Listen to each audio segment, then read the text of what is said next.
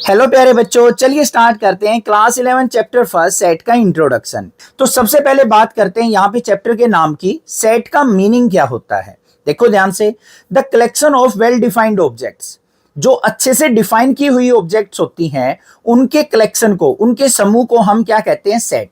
अब ये कलेक्शन का मीनिंग क्या है? ध्यान से देखो। In sense that we can decide a particular object belonging to a collection और नोट। जिन ऑब्जेक्ट्स को हम आसानी से देख के बता सकें कि वो उस कलेक्शन के अंदर आएंगी या नहीं आएंगी, उन्हीं ऑब्जेक्ट्स के कलेक्शन को हम क्या कहते हैं बच्चों? सेट कहते हैं। अब इसको एक एग्जांपल से समझते हैं। ध्यान से देखो, हमने एक एग्जांपल लिया डेज इन ए वीक, दूसरा एग्जांपल लिया मंथ्स इन ए ईयर। अब आप आसानी से बता सकते हैं, अगर आपके सामने कोई जनवरी बोलता है तो आप उस जनवरी को कहां पे रखोगे? मंथ्स इन ए ईयर रखोगे। अब मान लो मैंने संडे बोल दिया या मंडे बोल दिया, तो वो क्या हो गया? डेज इन ए वीक हो गया। आप आसानी से उसको देख के पहचान सकते हो कि वो चीज हमारी कौन से सेट के अंदर रखी जा सकती है। तो ऐसी ऑब्जेक्ट्स जिनको हम आसानी से देख के, समझ के और अपने कलेक्शन के अंदर रख सकते हैं, वही चीजें हमारी सेट बनाती हैं। क्लियर हो गई बात? अब और एग्जांपल देख लो। Playing cards in a pack. एक पैक के अंदर 52 कार्ड्स होते हैं, उनके समूह को, उनके कलेक्शन को भी हम सेट कहते हैं। वोवल्स इन इंग्लिश अल्फाबेट, आसानी से बता दोगे आप। AEIOU 5 ही वोवल्स होते हैं, वो भी हमारा सेट बन गया। A team of 11 best cricket batsman of the world. अब यहां पे बात करते हैं, ध्यान से समझने वाली बात यहां पे आती है। अब भाई देखो, पर्सन टू पर्सन यहां पे आपकी थिंकिंग वेरी हो सकती है। कोई बच्चा मान लो क्या करता है, कोई अलग बेस्ट 11 प्लेयर्स सेलेक्ट कर लेता है, आप कोई अलग बेस्ट 11 प्लेयर सेलेक्ट कर लोगे, कोई थर्ड पर्सन कोई और सेलेक्ट कर लेगा। मतलब तीनों पर्सन की क्या हो रही है यहाँ पे? थिंकिंग वेरी हो रही है। तीनों के जो कलेक्शन ऑफ ऑब्जेक्ट है वो अलग अलग हो रहे हैं, तो ये हमारी क्या होगी? सेट नहीं होगी। और ये हमारी जो वैल्यूज हैं, ये हमने जो एग्जांपल लिए हैं, ये सारे के सारे किस में आएंगे? सेट के अंदर काउंट हो जाएंगे। और एग्जांपल ले लेते हैं एक। मान लो मैंने बोल दिया कि भाई most dangerous animal in the world. अब भाई यहां पे भी आप फिक्स नहीं कर सकते एनिमल्स को। अब आपकी थिंकिंग हो सकती है कि सर मैं लोयन को ज्यादा डेंजरस मानूंगा, कोई दूसरा कह दे कि मैं सर कोबरा स्नेक को ज्यादा डेंजरस मानूंगा। तो पर्सन टू पर्सन क्या हो गई यहाँ पे? जो हमारे एलिमेंट्स हो गए सेट के, या फिर जो कलेक्शन ऑफ डेटा हो गया या ऑब्जेक्ट्स हो गई, वो बच्चों हमारी चेंज हो रही हैं। तो ऐसी ऑब्जेक्ट्स जिन पे सभी की थिंकिंग सेम रहे, उनको हम क्या कहते हैं? सेट के अंदर काउंट करते हैं। बात आ गई क्लियर? समझ में आ गई डेफिनेशन? अब भाई बात आती है यहाँ पे some important terms and symbol in mathematics. Math के अंदर आपको कुछ इस प्रकार के सिंबल देखने को मिलेंगे, चैप्टर फर्स्ट के अंदर भी, और आगे रिलेशन एंड फंक्शन और क्लास 12th का मैथ करेंगे, वहां पे भी आपको इस प्रकार के सिंबल देखने को मिल जाएंगे। तो इनके एग्जैक्ट मीनिंग आपको पता होनी चाहिए। सबसे पहला आता है कैपिटल एन।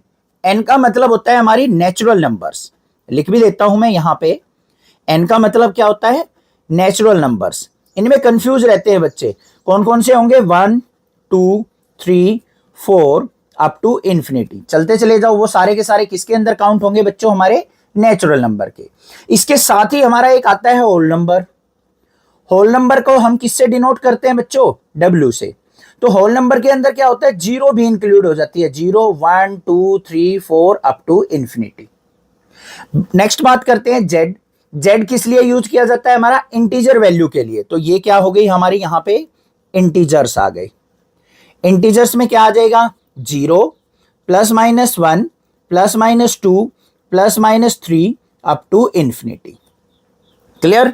अब बात करते हैं जेड प्लस। जेड प्लस का मतलब क्या है? क्लियरली दिखाई दे रहा है। जेड का मतलब इंटीजर और प्लस का मतलब ऑल पॉजिटिव इंटीजर्स। तो यहां पे जेड प्लस का मीनिंग क्या हो जाएगा बच्चों? All positive integers. क्लियर बात? नेक्स्ट बात आती है हमारी क्यू की। क्यू किस लिए होता है? हमारा रैशनल नंबर के लिए। तो यहां पे लिख लेंगे, ये हो गए हमारे रैशनल नंबर्स। और क्यू प्लस का मतलब क्या हो गया? Positive rational number. Positive rational numbers. Next हमारे पास है आर। कैपिटल आर का मतलब क्या है? यहां पे रियल नंबर्स। रियल नंबर के अंदर सारे के सारे नंबर होते हैं, रैशनल भी इरेशनल भी।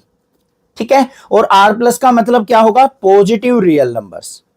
Positive real numbers. ये बातें आपको अच्छे से क्लियर होनी चाहिए, क्योंकि ये नोटेशन आपकी यूज होंगी और इसी प्रकार से आपको क्वेश्चंस में देखने को मिलेंगी। इजीली आपको पकड़ में आ जानी चाहिए कि इनका एक्चुअल मीनिंग क्या है। ठीक है, नेक्स्ट देखते हैं some important points of set. कोई भी एक सेट होता है, उसके अंदर कुछ इंपॉर्टेंट पॉइंट्स होते हैं जो कि आपको ध्यान रखने होते हैं। कोई भी आपको सेट बनाना है या कोई भी आपको एक स्टेटमेंट दे रखी है, आपको आइडेंटिफाई करना है कि ये सेट है या नहीं है, तो आपको ये डिफरेंट डिफरेंट कंडीशंस आपको चेक करनी होती हैं। सबसे पहली कंडीशन क्या है? Objects, elements and members of a set are synonym terms. क्या कहा है यहाँ पे? जो हमारे एलिमेंट्स होते हैं ना, सेट जो बनाते हैं, उनको हम एलिमेंट्स भी बोलते हैं बच्चों, उसको हम सेट के मेंबर भी बोल देते हैं, उनको हम सेट के ऑब्जेक्ट्स भी बोल देते हैं।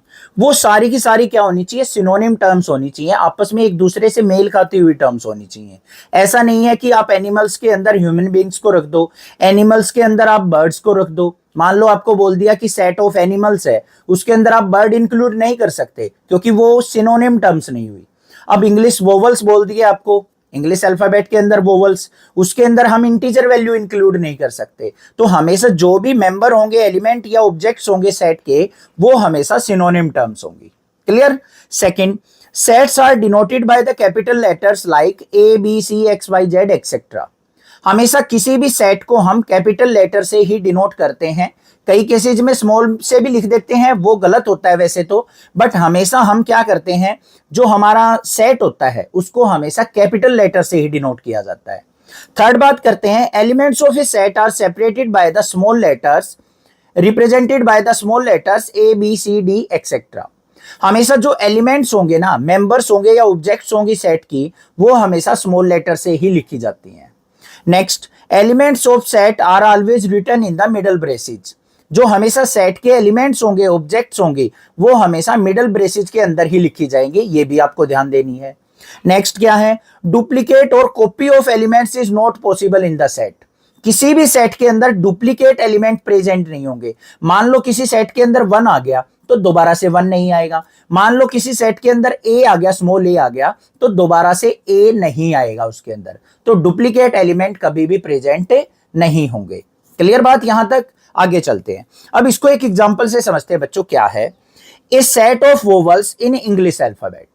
हमें क्या करना है? वोवल्स का सेट बनाना है एक इंग्लिश अल्फाबेट के। तो सबसे पहले हमें क्या करना है भाई? कैपिटल लेटर से हमें सेट को डिनोट करना है। जिससे भी आपका दिल कर रहा हो ना, उससे आप डिनोट कर सकते हो। मान लो सर मैंने एक्स से डिनोट कर लिया, तो कैपिटल एक्स ले लिया, एक्स इक्वल टू, फिर हमने क्या किया, जितने भी एलिमेंट्स होते हैं मिडिल ब्रेसेस के अंदर लिखे जाते हैं, तो यहां पे हमने मिडिल ब्रेसेस स्टार्ट कर ली। अब भाई जो इंग्लिश अल्फाबेट है उनके अंदर वोवल्स कौन कौन से होते हैं बच्चों? ए होता है, ई होता है, आई, ओ और यू। सारे के सारे मैंने क्या लिखे हैं? स्मॉल लेटर्स में लिखे हैं, और इसको हम ब्रैकेट को बंद कर देंगे। तो ये हमारी क्या हो गई? एक सेट की रिप्रेजेंटेशन हो गई। क्लियर बात? आ गया समझ में? आगे आ जाओ भाई। नेक्स्ट एक और एग्जांपल लिया मैंने, set of all letters in the word trigonometry. इस ट्राइगोनोमेट्री के अंदर जितने भी वर्ड्स है ना, उसका हमें एक सेट बनाना है। अब मेरा दिल कर रहा है सर एक्स की जगह मैं ए से सेट बनाना चाहता हूं, तो कैपिटल ए से ले लिया। इसके अंदर एलिमेंट्स क्या आएंगे? अब ध्यान से देखो बच्चों, यहां पे कैपिटल लेटर्स में सारे के सारे वर्ड दे रखे हैं, तो हमें यहां पे एलिमेंट्स को कैपिटल लेटर्स में ही लिखना पड़ेगा। ऐसा नहीं है कि यहां पे आप स्मॉल बना दो इनको। आपको ये कैपिटल में दे रखा है, वर्ड कैपिटल में दे रखा है, तो इसके सारे लेटर्स क्या लिखने पड़ेंगे? कैपिटल में ही लिखने पड़ेंगे। तो यहां पे सबसे पहला एलिमेंट क्या आ गया? टी, फिर क्या आ गया बच्चों? आर, फिर आई, फिर जी, फिर ओ, फिर एन, फिर ओ आ गया। तो मैंने बताया था फिफ्थ पॉइंट कि डुप्लीकेट एलिमेंट कभी भी नहीं आएंगे, तो ओ को हम दोबारा से नहीं लेंगे, इसको छोड़ दो। फिर आ गया हमारे पास एम, फिर क्या आ गया? ई, फिर आ गया टी, टी भी दोबारा आ गया, टी को भी छोड़ देंगे। आर भी दोबारा आ गया, आर को भी छोड़ देंगे, और लास्ट में क्या आ गया? वाई, और कैपिटल इसको मिडिल ब्रेसेस को कर देंगे बंद। तो ये हमारा क्या बन गया? यहाँ पे सेट बन के तैयार हो गया। क्लियर हो गई ये बात? कोई दिक्कत नहीं है? ठीक है, आगे चले नेक्स्ट टॉपिक पे। नेक्स्ट जो टॉपिक आता है हमारा, वो आता है बच्चों methods of representation of a set. कि सेट को हम किस किस टाइप से रिप्रेजेंट कर सकते हैं। अभी हमने सेट लिखना सीख लिया, बट यहां पे 2 मेथड होते हैं हमारे। एक तो होता है रोस्टर फॉर्म और टेबुलर फॉर्म। दूसरा मेथड होता है हमारा सेट बिल्डर फॉर्म। दोनों मेथड्स को हम सीखेंगे और कई बार आपका ये एग्जाम के अंदर या फिर एनसीईआरटी के अंदर क्वेश्चन भी मिलेंगे कि आपको रोस्टर फॉर्म गिवन मिलेगी, उसको सेट बिल्डर फॉर्म में कन्वर्ट करना है, सेट बिल्डर फॉर्म में होगा तो रोस्टर फॉर्म में कन्वर्ट करना है। अब इनको ध्यान से समझ लो क्या चीज है। सबसे पहले बात करते हैं रोस्टर फॉर्म और टेबुलर फॉर्म की। दोनों का मीनिंग सेम ही होता है। क्या है? In this form, all the elements of a set are separated by commas and enclosed within the curly bracket. हमेशा इसके अंदर रोस्टर और टेबुलर फॉर्म के अंदर क्या होंगे बच्चों? जो हमारे सेट के एलिमेंट होंगे ना, उनको हम कोमा द्वारा सेपरेट करके लिखते हैं और साथ में यहां पे करली ब्रैकेट के अंदर उनको लिखा जाता है। तो वो हमारी रोस्टर फॉर्म और टेबुलर फॉर्म होती है। जैसा कि अभी अभी मैंने बनाए थे सेट लास्ट पेज पे, वो हमारी रोस्टर या टेबुलर फॉर्म थी। अब यहां पे आ जाओ, set of all letters in the word maths, इसको हमें सेट की फॉर्म में लिखना है। मान लो हमने इसको बी से रिप्रेजेंट कर लिया और करली ब्रेसिस से स्टार्ट कर लिया। पहले क्या आएगा हमारा एम, फिर क्या आ जाएगा भाई ए, फिर क्या आ जाएगा टी, फिर क्या आ जाएगा एच और फिर क्या आ जाएगा हमारा एस आ जाएगा और ब्रैकेट को कर दिया बंद। कोई भी डुप्लीकेट एलिमेंट नहीं है, सभी एलिमेंट्स को हमने सेट के अंदर राइट डाउन कर दिया है और ये हमारे क्या कहलाएंगे? रोस्टर फॉर्म और टेबुलर फॉर्म कहलाएंगे, क्योंकि एलिमेंट्स जो हैं कोमा द्वारा सेपरेटेड है। ठीक है, नेक्स्ट बात करते हैं सेट बिल्डर फॉर्म की। सेट बिल्डर फॉर्म कौन सी होती है? In this form all the elements of a set having a common property are written in word form. ध्यान से सुनो क्या कहा है कि हमारे पास जो भी एलिमेंट्स होंगे ना किसी सेट के, उन सबके बीच में एक कॉमन प्रॉपर्टी होगी। उस कॉमन प्रॉपर्टी को आपको आइडेंटिफाई करना है, पहचानना है और वर्ड की फॉर्म में राइट डाउन कर देना है। बस वही हमारी क्या कहलाती है? सेट बिल्डर फॉर्म कहलाती है। अब इसको लिखने का तरीका होता है, देखो कैसे लिखते हैं।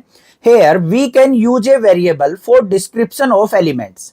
अब जो भी सेट के अंदर एलिमेंट होंगे ना बच्चों, उनको डिस्क्राइब करने के लिए हम अपने पास से एक वेरिएबल मान लेते हैं। कोई भी मान सकते हो, आपका जो दिल करे, a B C d x Y z जो भी दिल करे।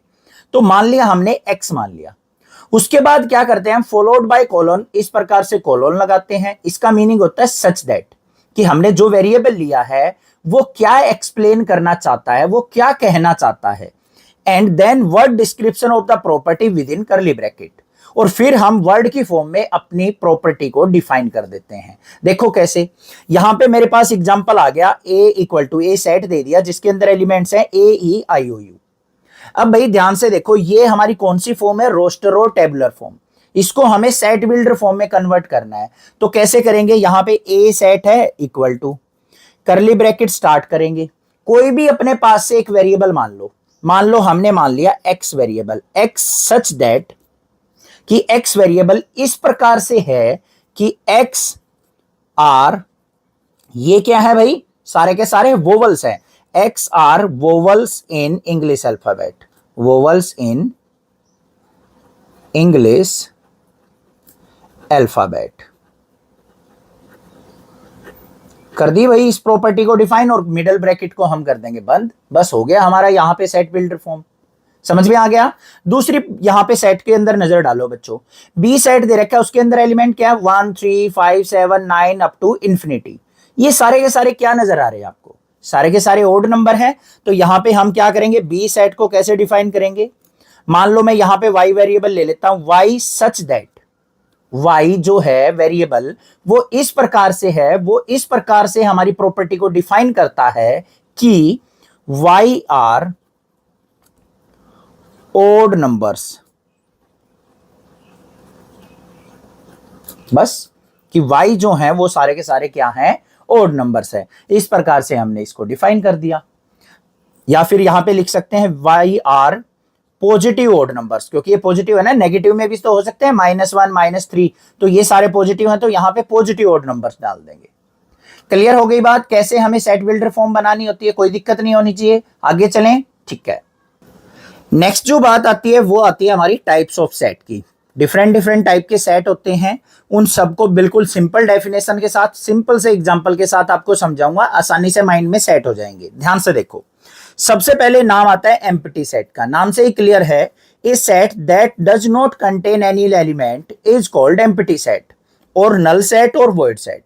ऐसा सेट जिसके अंदर कोई भी एलिमेंट प्रेजेंट ना हो उसको हम एम्प्टी सेट, नल सेट या वॉइड सेट कहते हैं। तीनों में से कोई भी नाम दे सकता है, नल सेट कह दे, वॉइड सेट कह दे, एम्प्टी सेट कह दे, तीनों का मीनिंग सेम है। It is denoted by the symbol phi, इसको हम फाई से डिनोट करते हैं या फिर ब्लैंक करली ब्रेसेस से डिनोट करते हैं। कोई भी एक सिंबल यूज कर सकते हैं, या तो हम फाई यूज करेंगे या फिर ब्लैंक करली ब्रेसेस यूज करेंगे। इसको एग्जांपल से समझो, set of odd natural number divisible by 2।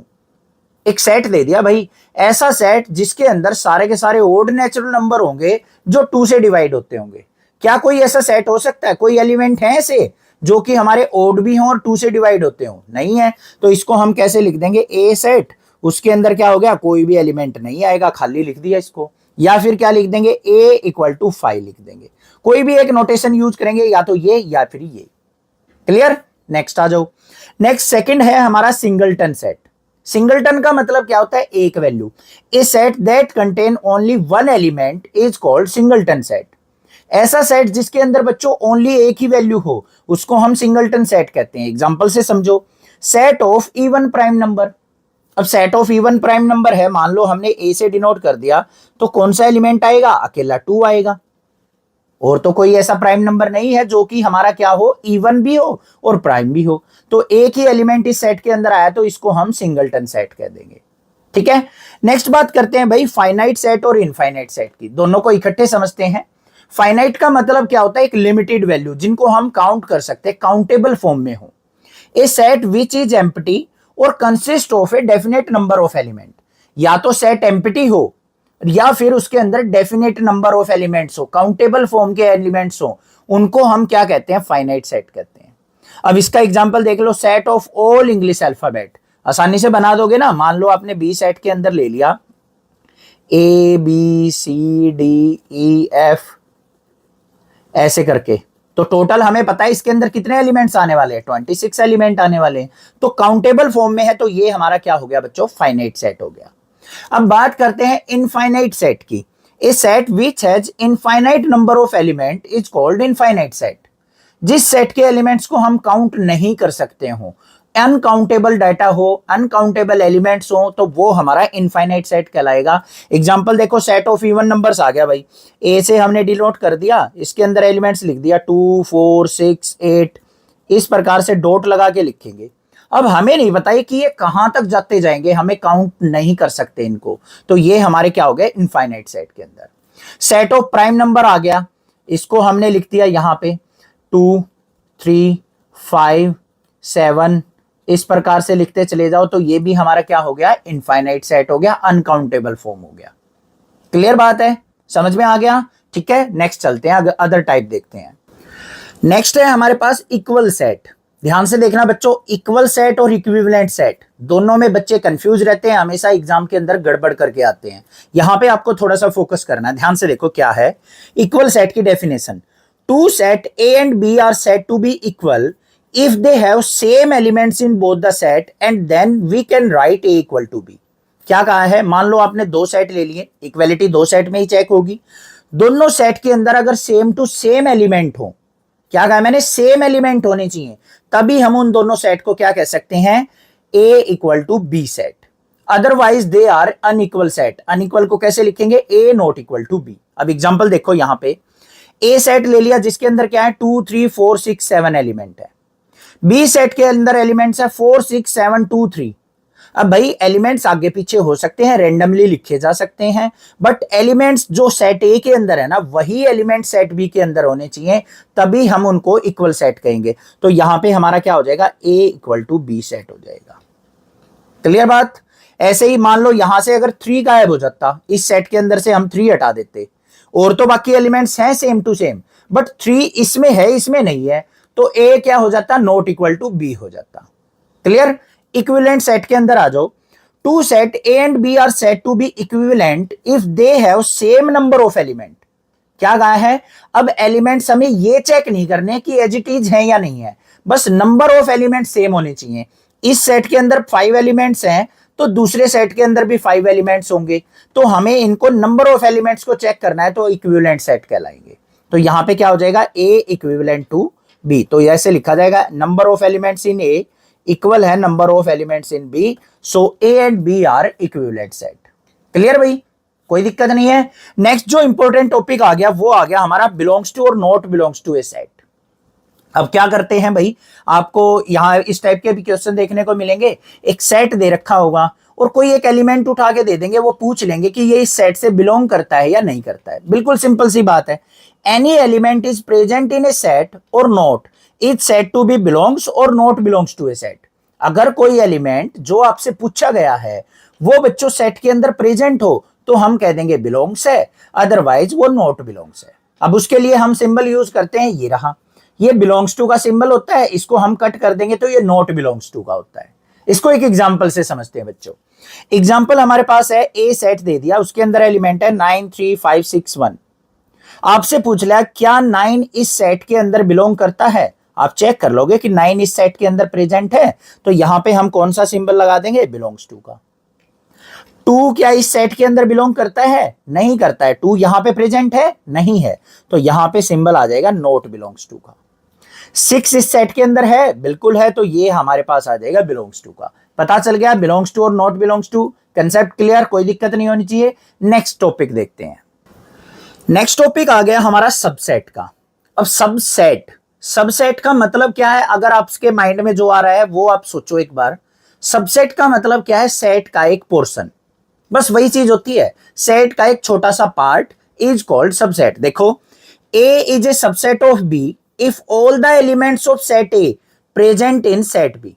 क्या कहा है उसने, ए जो है बी का सबसेट कब कहा जाएगा, अगर ए के सारे एलिमेंट बी के अंदर प्रेजेंट होंगे। And it's written as a subset of B. इस प्रकार के सी के सिंबल से हम डिनोट करते हैं कि ए जो है सबसेट ऑफ बी है। अगर नॉट ए सबसेट हो तो हम इस सी को इस प्रकार से कट कर देते हैं। अब इसको एग्जांपल से समझ लो बच्चों। हमारे पास एग्जांपल ए है, ए के अंदर एलिमेंट है 1 2 3, बी के अंदर एलिमेंट्स है 5 6 1 2 3 4। तो अब हमें चेक करना है कि ए इसका सबसेट है या नहीं। इसका मतलब क्या है, जिसको भी पूछा गया है कि ये इसका सबसेट है या नहीं, बस हमें करना क्या है, इसके एलिमेंट्स को देख लेना कि ये सारे एलिमेंट इसमें प्रेजेंट है या नहीं। देखो 1 2 3 है, यहां पे भी 1 2 3 है, तो हम कह देंगे कि ए जो है बी का सबसेट है। अब इससे उल्टी अगर मैं बात करूं, अगर आपसे पूछूं क्या बी ए का सबसेट है, बी के सारे एलिमेंट ए में प्रेजेंट होने चाहिए तभी हम सबसेट कह सकते हैं। तो बी के अंदर एलिमेंट क्या है, 5 6 1 2 3 4, बट यहां पे तो ओनली 1 2 3 है, 5 6 और 4 एलिमेंट ए के अंदर प्रेजेंट नहीं है, तो हम क्या कह देंगे, नॉट ए सबसेट, मतलब बी जो है वो ए का सबसेट नहीं है। क्लियर हुई बात, ए जो है बी का सबसेट तो है, बट बी जो है ए का सबसेट नहीं है। कंसेप्ट आसानी से समझ में आ गया होगा। बस एलिमेंट्स को चेक करना है कि वो हमारे बड़े वाले सेट के अंदर प्रेजेंट हैं सारे एलिमेंट, तो सबसेट है, अदरवाइज नहीं है। अब यहां पे कुछ इंपॉर्टेंट बात आ जाती है सबसेट से रिलेटेड, जो कि आपको माइंड के अंदर रखनी है। क्या है, every set is a subset of itself. हर एक सेट अपने आप का सबसेट जरूर होता है, क्योंकि उसके सारे के सारे एलिमेंट अपने आप में तो प्रेजेंट ही होते हैं। देखो, मान लो मैं यहां पे कह दूं क्या ए अपने आप का सबसेट है, तो भाई ए के एलिमेंट 1 2 3 ए के अंदर प्रेजेंट तो है सारे के सारे, तो हमेशा एक सेट अपने आप का सबसेट होता है, ये चीज ध्यान देनी है। दूसरी, phi is subset of every set. जो फाई होता है ना, नल सेट होता है, वो सभी का सबसेट काउंट किया जाता है बच्चों। ये भी चीज इंपॉर्टेंट है, ध्यान देनी है आपको कि फाई जो होता है सभी का सबसेट कहलाता है। अब आपको क्वेश्चन देखने को मिलेंगे कि सबसेट बनाओ किसी सेट के, तो आपको फाई जो है वो हमेशा सबसेट बनाना है। बच्चे इसको भूल जाते हैं, ये चीज आपको ध्यान देनी है कि फाई जो है सबका सबसेट होता है। अब यहां आ जाओ, ए अगर सबसेट ऑफ बी है और बी अगर सबसेट ऑफ ए है, तो इसका मतलब क्या होगा भाई, ए और बी दोनों के दोनों इक्वल सेट होंगे, तभी ये कंडीशन पॉसिबल है, अदरवाइज पॉसिबल नहीं है। जैसा कि हमने यहां पे देखा था, ए बी का सबसेट तो था, बट बी ए का सबसेट नहीं था। अगर दोनों आपस में सबसेट होते तो दोनों के दोनों बिल्कुल इक्वल सेट होते, ए इक्वल टू बी होते, तभी ये कंडीशन फुलफिल करती। क्लियर बात, ठीक है। अब ध्यान से देखो, number of subset of any set are found by 2 की पावर n। अब मान लो आपके पास कोई इस प्रकार से एलिमेंट दे दे, ए सेट के अंदर एलिमेंट है 1 2 3, और पूछ ले कि इसके सबसेट लिखो। अब सबसे पहले तो आपको पता होना चाहिए कि इसके कितने सबसेट बनेंगे, तो उसके लिए सिंपल सा फॉर्मूला 2 की पावर n। कितने एलिमेंट है बच्चों, यहां पे 3 एलिमेंट्स हैं। n क्या होते हैं, नंबर ऑफ एलिमेंट्स। तो n की वैल्यू 3 रख दो, तो 2 की पावर 3 कितना हो गया 8। 2 3 जा 6 मत करना, 2 की पावर 3 मतलब होता है 2 की 3 टाइम्स मल्टीप्लाई, 2 2 जा 4 2 जा 8। तो 8 एलिमेंट्स यहां पे बनेंगे, 8 सबसेट बनेंगे, सॉरी 8 सबसेट। अब वो कैसे बनेंगे ध्यान से देखो। सबसे पहला क्या बनेगा भाई 5, 5 सबका सबसेट होता है। फिर और क्या बन सकता है हमारा, एक का भी बन सकता है, बाकी अलग अलग करके लिख दो एलिमेंट्स को। 2 का अकेला बन सकता है, 3 का अलग से बन सकता है, 1 और 2 का भी बन सकता है पेयर, 1 और 3 का बन सकता है, 2 और 3 का बन सकता है, और सारे के सारे एलिमेंट्स एज इट इज भी हो सकते हैं 1 2 3। अब काउंट कर लो कितने बन गए, 1 2 3 4 5 6 7 8 बन गए सबसेट। ये सारे के सारे क्या कहलाएंगे, इसके सबसेट कहलाएंगे। बस ऐसे बनाने हैं, पता चल गया, क्लियर है। नेक्स्ट देखिए, नेक्स्ट टॉपिक आ गया भाई प्रॉपर सबसेट और सुपरसेट। इन चीजों को भी ध्यान से देखना क्या है, प्रॉपर सबसेट का मीनिंग क्या होता है और सुपरसेट का मतलब क्या होता है। ध्यान से देखो, let A and B be two sets. मान लिया हमने ए और बी दो सेट हैं, A is subset of B, A क्या है बी का सबसेट है, and A not equal to B, और ए और बी जो है दोनों आपस में इक्वल सेट नहीं है, तो ए इज कॉल्ड प्रॉपर सबसेट। तो ए जो है वो बी का प्रॉपर सबसेट कहलाएगा, ठीक है। और बी जो होगा वो क्या होगा, सुपर सेट ऑफ ए होगा। सुपर सेट मतलब मैं बड़ा पावरफुल हूं भाई, सबसे बड़ा सेट मैं ही हूं। तो इस प्रकार से बस आपको ध्यान देना है, दो कंडीशंस देखनी है। अगर मान लो आपके पास ए और बी दो सेट है, ये रहे ए ये है बी ये है, ए के अंदर एलिमेंट है 1 2 3, बी के अंदर एलिमेंट है 1 2 3 4। क्या दोनों के दोनों नॉट इक्वल है या नहीं है, बिल्कुल। ये 3 एलिमेंट है, यहां पे 4 एलिमेंट है, तो दोनों सेट अनइक्वल है, पहली कंडीशन हो गई फुलफिल। दूसरी, ए जो है सबसेट ऑफ बी है, बिल्कुल है, ए के सारे एलिमेंट बी के अंदर प्रेजेंट हैं, तो ए क्या कहलाएगा प्रॉपर सबसेट। तो यहां पे क्या हो गया, A is a proper subset of B, और जो बी होगा जिसके अंदर ज्यादा एलिमेंट होंगे वो क्या कहलाएगा बच्चों, सुपरसेट कहलाएगा। बात क्लियर हो गई या नहीं होगी, प्रॉपर सबसेट की और सुपरसेट की। जिसमें सबसे ज्यादा एलिमेंट होंगे वो हमारे सुपरसेट कहलाएगा, कम एलिमेंट वाला क्या कहलाएगा, प्रॉपर सबसेट कहलाएगा। कब, अगर ये दो कंडीशंस फुलफिल होती होंगी तो। आगे बात समझ में। नेक्स्ट बात करते हैं number of proper subset of a set. अगर मान लो आपके पास सेट ए दे रखा है, ये आ गया सेट ए, इसके अंदर एलिमेंट्स क्या है बच्चों 1 2 3। इसके अगर आपसे पूछ ले कि कितने प्रॉपर सबसेट बनेंगे, तो उसका फॉर्मूला 2 की पावर n माइनस 1। n क्या है, नंबर ऑफ एलिमेंट। अब यहां पे नंबर ऑफ एलिमेंट कितने हैं 3, तो प्रॉपर सबसेट कितने बनेंगे 2 की पावर 3 माइनस 1, मतलब 8 माइनस 1 इक्वल टू 7 आ गए। अब हमने प्रीवियस पेज पे बनाए थे भाई, ध्यान से देखो, ये बने थे, ये सारे के सारे हमारे क्या कहलाएंगे बच्चों, प्रॉपर सबसेट कहलाएंगे, बस इसको छोड़ के, क्योंकि 1 2 3 इक्वल हो जाएगा, इसके इक्वल वाली कंडीशन हमें नहीं लेनी है, नॉट इक्वल रखने हैं, तो बस एक कम इसीलिए बनते हैं। जितने भी यहां पे सबसेट बन रहे होंगे ना, प्रॉपर सबसेट एक कम बनेगा। क्लियर बात, ठीक है। नेक्स्ट बात करते हैं बच्चों यूनिवर्सल सेट की। यूनिवर्सल का मतलब क्या होता है, अगर आपके माइंड में पूछे यूनिवर्स का मतलब क्या होता है, बादशाह, सबसे बड़ा, ठीक है, बस वही चीज है यहां पे भी। यूनिवर्सल का मतलब क्या है, a set which has elements of all the related sets without any repetition of element.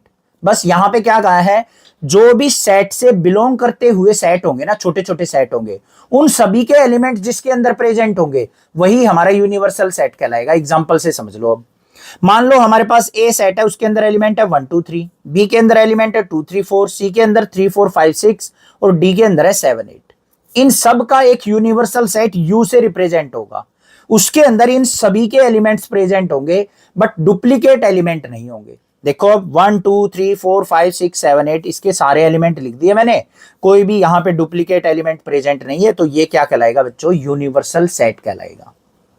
Clear हो गया। फर्स्ट पार्ट का इंट्रोडक्शन यहीं पे फिनिश करते हैं, सेकंड पार्ट का इंट्रोडक्शन भी करेंगे और उसमें भी अलग अलग कंसेप्ट विद एग्जांपल सीखेंगे। चैनल को सब्सक्राइब, वीडियो को लाइक जरूर कर लेना, अपने फ्रेंड्स में ज्यादा से ज्यादा शेयर करना। सारे के सारे कंसेप्ट सिखाऊंगा, आपके 100 आउट ऑफ 100 मार्क्स आएंगे अगर आप साथ के साथ कंसेप्ट सीखते हुए क्वेश्चन करेंगे, तो ये मेरी गारंटी है। आप बस चैनल को सपोर्ट करो और दिल से अपने फ्रेंड्स में शेयर करो। Interval set subset of real number. अब सेट के अंदर जो इंटरवल्स का टॉपिक है ना, उसको हम यहां पे क्लियर करने वाले हैं। पहला इंटरवल क्या आता है? Open interval. ओपन इंटरवल का मतलब क्या है, ध्यान से समझो। Let A comma B belongs to real number such that A less than B. आपको कोई भी दो नंबर ले लेने हैं जो रियल नंबर से बिलोंग करते हो। उनके अंदर ए जो होगा वो स्मॉल नंबर होगा और बी एक बड़ा नंबर होगा। Then the set of all real numbers between A and B excluding both A and B is called an open interval.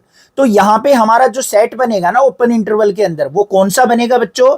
ए और बी के बीच के जितने भी सारे रियल नंबर होंगे ना, वो हमारे ओपन इंटरवल के अंदर काउंट होंगे। और साथ में कंडीशन क्या है? ए और बी को आपको एक्सक्लूड करना है, मतलब ए और बी को आपको काउंट नहीं करना है, उसको हम ओपन इंटरवल कहेंगे।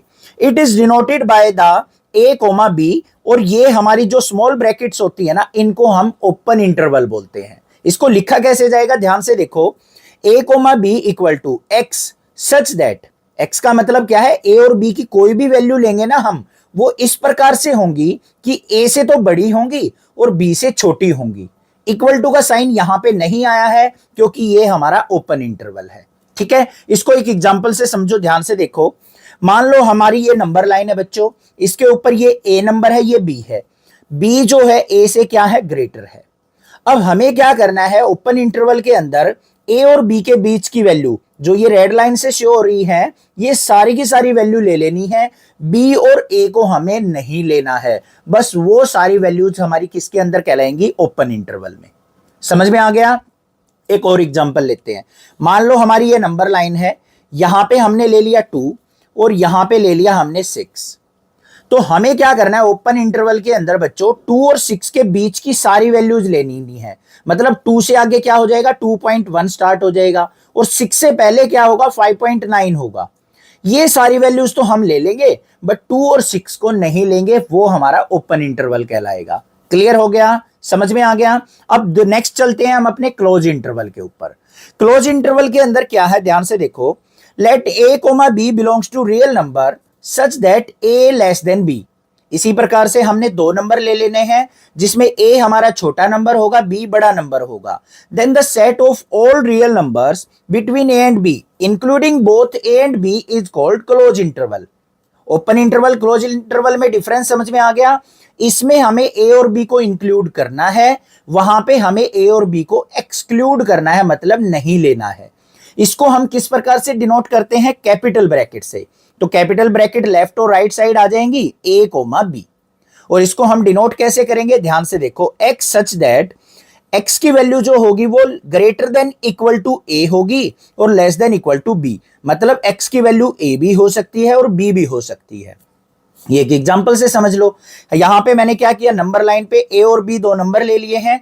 ए को भी आपको लेके चलना है, बी को भी लेके चलना है, और उनके बीच की वैल्यूज भी सारी की सारी क्लोज इंटरवल के अंदर आएंगी। ये भी समझ में आ गया? यहां पे एक एग्जांपल फिर ले लेते हैं।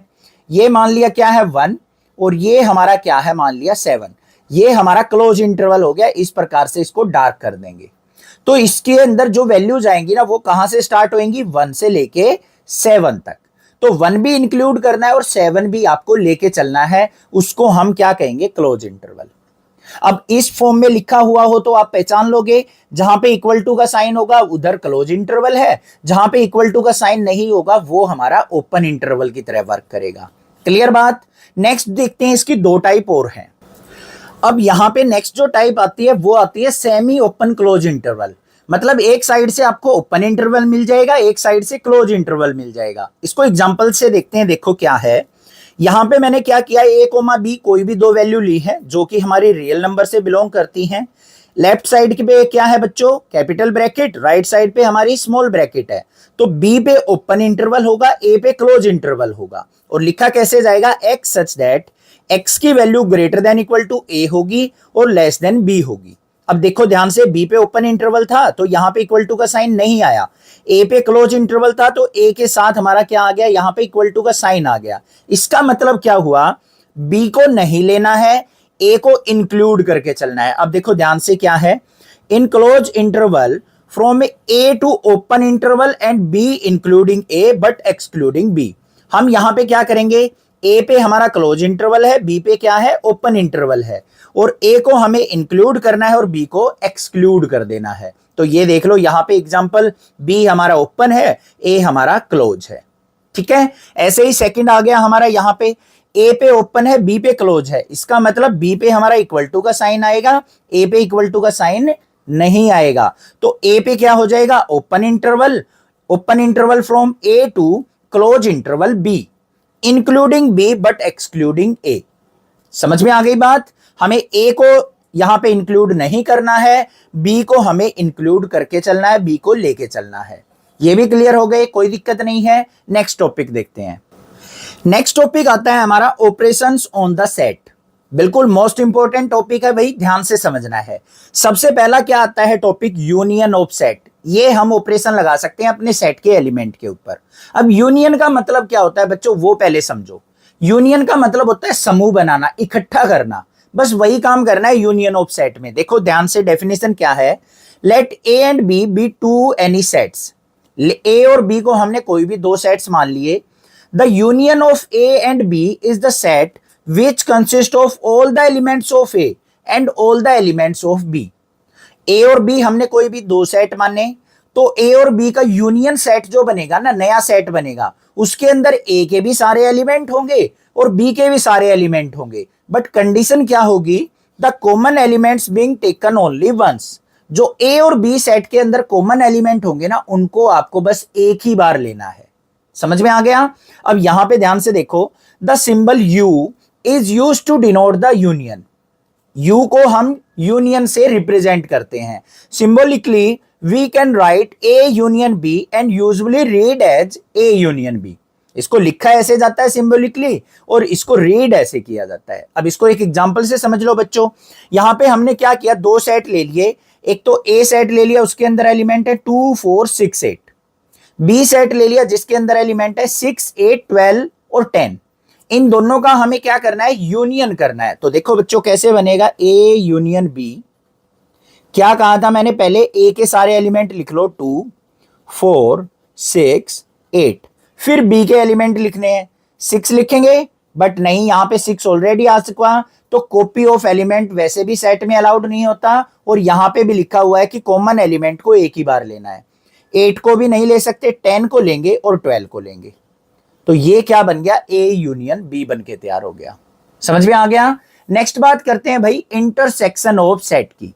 इंटरसेक्शन का मतलब क्या होता है, अगर दो सेट्स के ऊपर हम ऑपरेशन लगाएंगे ना, तो उनके अंदर से बस कॉमन एलिमेंट्स को ले लेंगे। देखो क्या है, the intersection of set A and B is the set of all elements which are common to both A and B.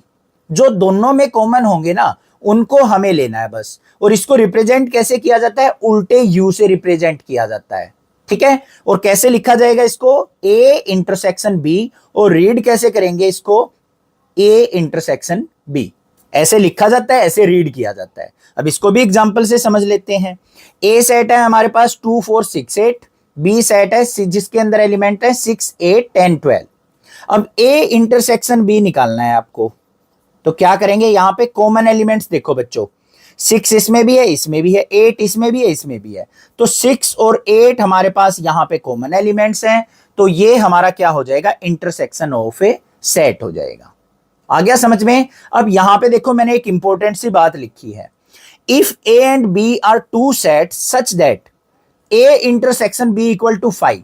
अगर मान लो हम दो सेट्स का इंटरसेक्शन करते हैं और हमें कोई भी कॉमन एलिमेंट नहीं मिलता है, तो ए और बी हमारे क्या कहलाएंगे, डिसजॉइंट सेट कहलाएंगे। ये चीजें ध्यान देना, आईआईटी जेईई में काम आती हैं ये। डिसजॉइंट सेट कौन सा होगा, अगर दो सेट के बीच में कोई भी कॉमन एलिमेंट नहीं मिलता है, तो वो हमारे पास दोनों के दोनों क्या कहलाएंगे, डिसजॉइंट सेट कहलाएंगे। समझ में आ गया ये भी। नेक्स्ट टॉपिक पे मूव ऑन करें। ठीक है, नेक्स्ट टॉपिक आ गया बच्चों हमारा most important topic, Venn diagram. अब वेन डायग्राम होता क्या है, पहले डेफिनेशन से समझेंगे। Relationship between sets is represented by A diagram is called Venn diagram. मान लो आपके पास दो या दो से ज्यादा सेट्स हैं, उनके रिलेशन को आपको डायग्राम से रिप्रेजेंट करना है, तो हम यहां पे वेन डायग्राम की हेल्प लेते हैं। और किस प्रकार से रिप्रेजेंट किया जाता है वो भी ध्यान से देख लो। ऐसे सर्कल की फॉर्म में हम वेन डायग्राम बनाते हैं। कैसे बना, देखो ध्यान से। हमारे पास मान लो 3 सेट है बच्चों, तीनों के अंदर अलग अलग कंडीशन है। एक सेट तो ऐसा है जिसके अंदर इवन नंबर फ्रॉम 1 to 25 है।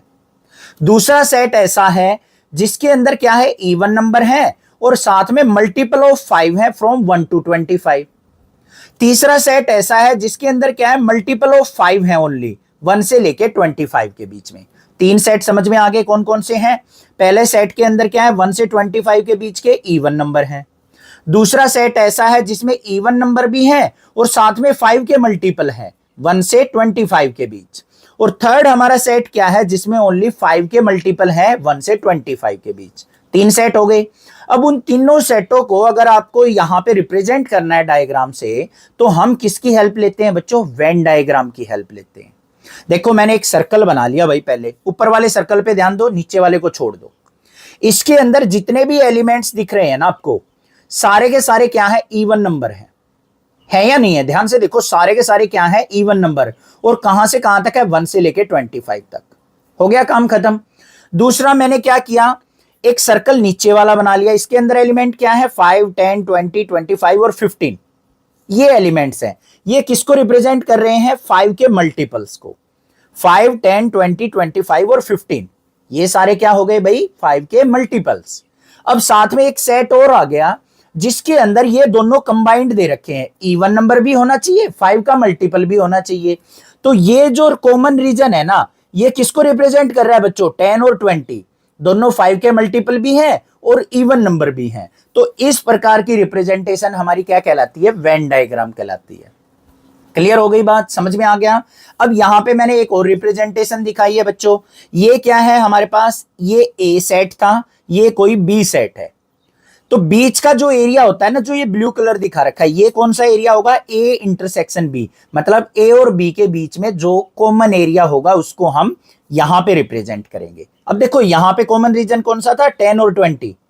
10 और 20 इन दोनों सेट की कंडीशन को फुलफिल कर रहे थे ना, इसलिए इनको कॉमन में रख लिया हमने। इवन नंबर भी थे और 5 के मल्टीपल भी थे। तो ये हमारा क्या हो गया, बीच का इंटरसेक्शन रीजन, जो दोनों की प्रॉपर्टी, इस सेट की भी इस सेट की भी प्रॉपर्टी को रखता है। समझ में आ गया कैसे वेन डायग्राम रिप्रेजेंट किया जाता है। बाकी क्वेश्चंस करेंगे ना, वहां से और अच्छे से क्लियर हो जाएगा। नेक्स्ट टॉपिक आता है हमारा डिफरेंस ऑफ सेट। दो सेटों के बीच में डिफरेंस को किस प्रकार से रिप्रेजेंट किया जाता है। ध्यान से डेफिनेशन देखेंगे पहले क्या है। The difference of the set A and B in this order is the set of elements which belongs to A but not to B। हमें एलिमेंट्स को कैसे लिखना होता है, जो कि ए सेट से तो बिलोंग करते हों बट बी से बिलोंग ना करते हों। अब डेफिनेशन से थोड़ा ऑकवर्ड लग रहा होगा आपको, समझ में नहीं आया होगा, बट मैं अभी एग्जांपल से समझाऊंगा ना, माइंड के अंदर बिल्कुल आसानी से सेट हो जाएगा। और कैसे लिखा जाता है इसको, अगर हमें ए माइनस बी निकालना है तो ए माइनस बी, और रीड कैसे करेंगे, ये रीड करने का तरीका है। अब देखो ध्यान से बच्चों, मैंने एक एग्जांपल ले लिया, ए सेट यहां पे है और बी सेट जिसके एलिमेंट्स ये हैं। अब मान लो आपको ए माइनस बी निकालने के लिए बोल दे, ध्यान से देखना, ऑर्डर आपको माइंड में जरूर रखना है। ए माइनस बी मतलब ए के एलिमेंट्स में से बी के एलिमेंट्स को सब्ट्रैक्ट करना है। तो जो भी बी के एलिमेंट है ना, 2, 4, 6, 8, उनको छोड़ दो। 2 को छोड़ देंगे, 4 को छोड़ देंगे, 6 को छोड़ देंगे, 8 तो है ही नहीं तो उसको भी छोड़ देंगे। तो बस 2, 4, 6 घट जाएंगे और यहां पे बचेगा क्या, 1 बच गया, 3 बच गया, 5 बच गया। ये हमारा आंसर आ गया।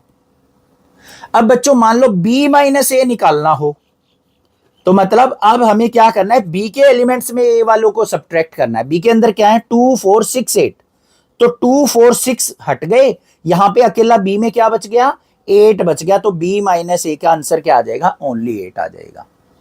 समझ में आया या नहीं आया, क्लियर है। a माइनस बी करेंगे तो a के एलिमेंट्स में से b वाले हटा देंगे, a के अंदर जो बच जाएंगे वो लिख देंगे। b माइनस ए करेंगे तो b के एलिमेंट्स में से a के हटा देंगे और जो बच जाएंगे उनको लिख देंगे। ये हो गया डिफरेंस ऑफ सेट।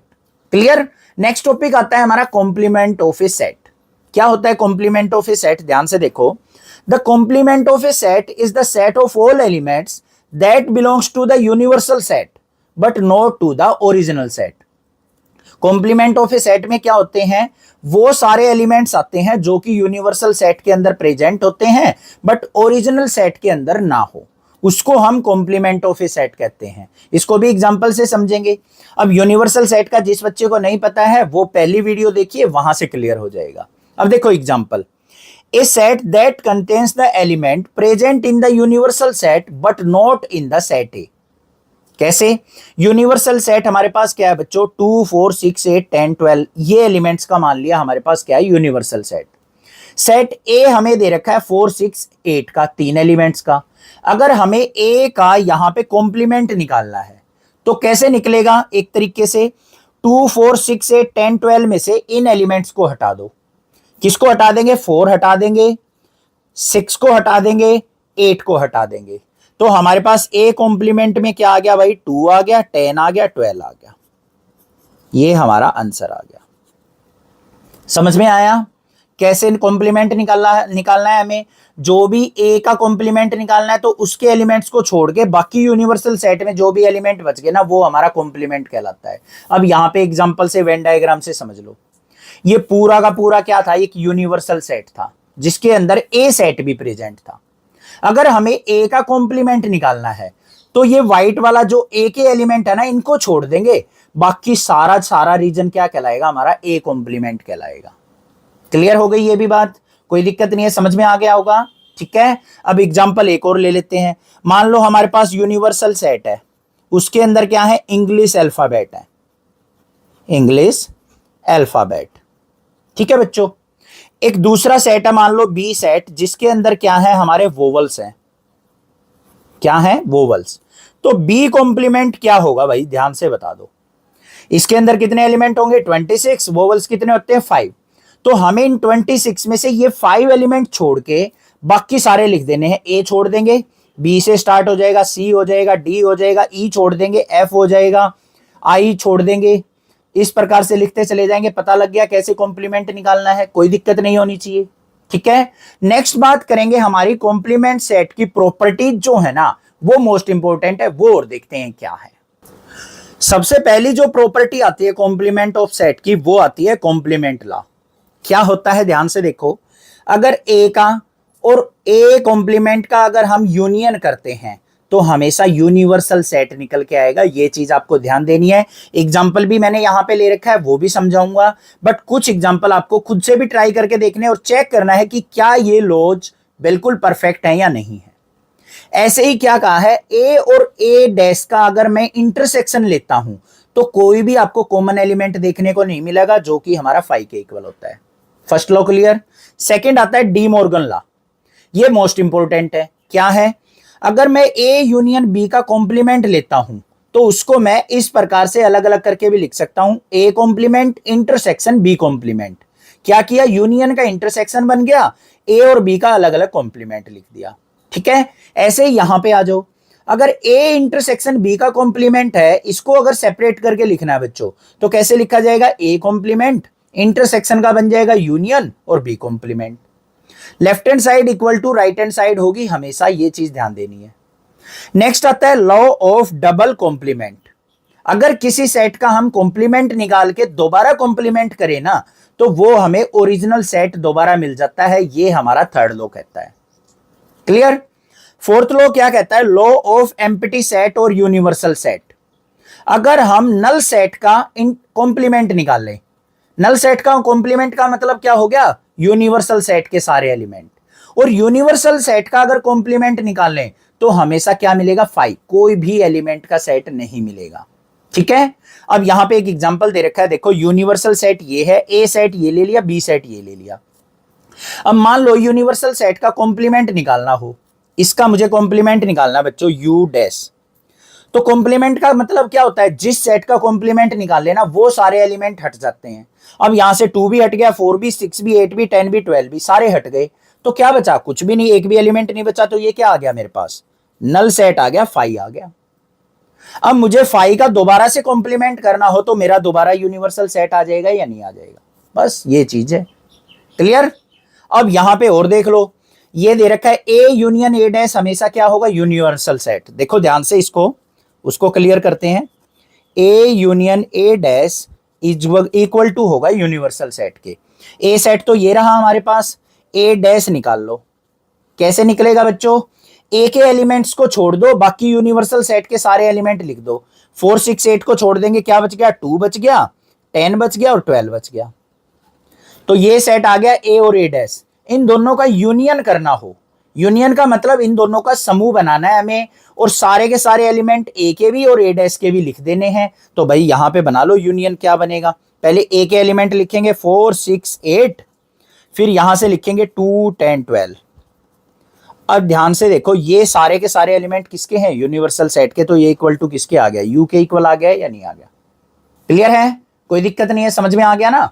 ठीक है, ऐसे ही करना है। अब मान लो ए कॉम्प्लीमेंट का दोबारा कॉम्प्लीमेंट करना हो, ये ए डैश निकला था, इस ए डैश का डैश निकालना है। इसका मतलब अब जो ए डैश के अंदर एलिमेंट है ना उनको छोड़ देंगे और बाकी यूनिवर्सल सेट के अंदर के एलिमेंट ले लेंगे। किसको छोड़ना है, 2 10 12 को, 2 को छोड़ दिया, 10 को छोड़ दिया, 12 को छोड़ दिया, बचे क्या 4 6 8। ये किसके इक्वल है, ए सेट के इक्वल है ना, तो ए डैश का डैश किसके इक्वल आ गया भाई, ए के इक्वल आ गया वापस। तो ये हमारा क्या कहलाएगा, यहां पे डबल कॉम्प्लीमेंट लो। इनको भी आपको ऐसे ही एग्जांपल के साथ करके देखना है और चेक करना है कि क्या ये लॉज बिल्कुल परफेक्ट है या नहीं है।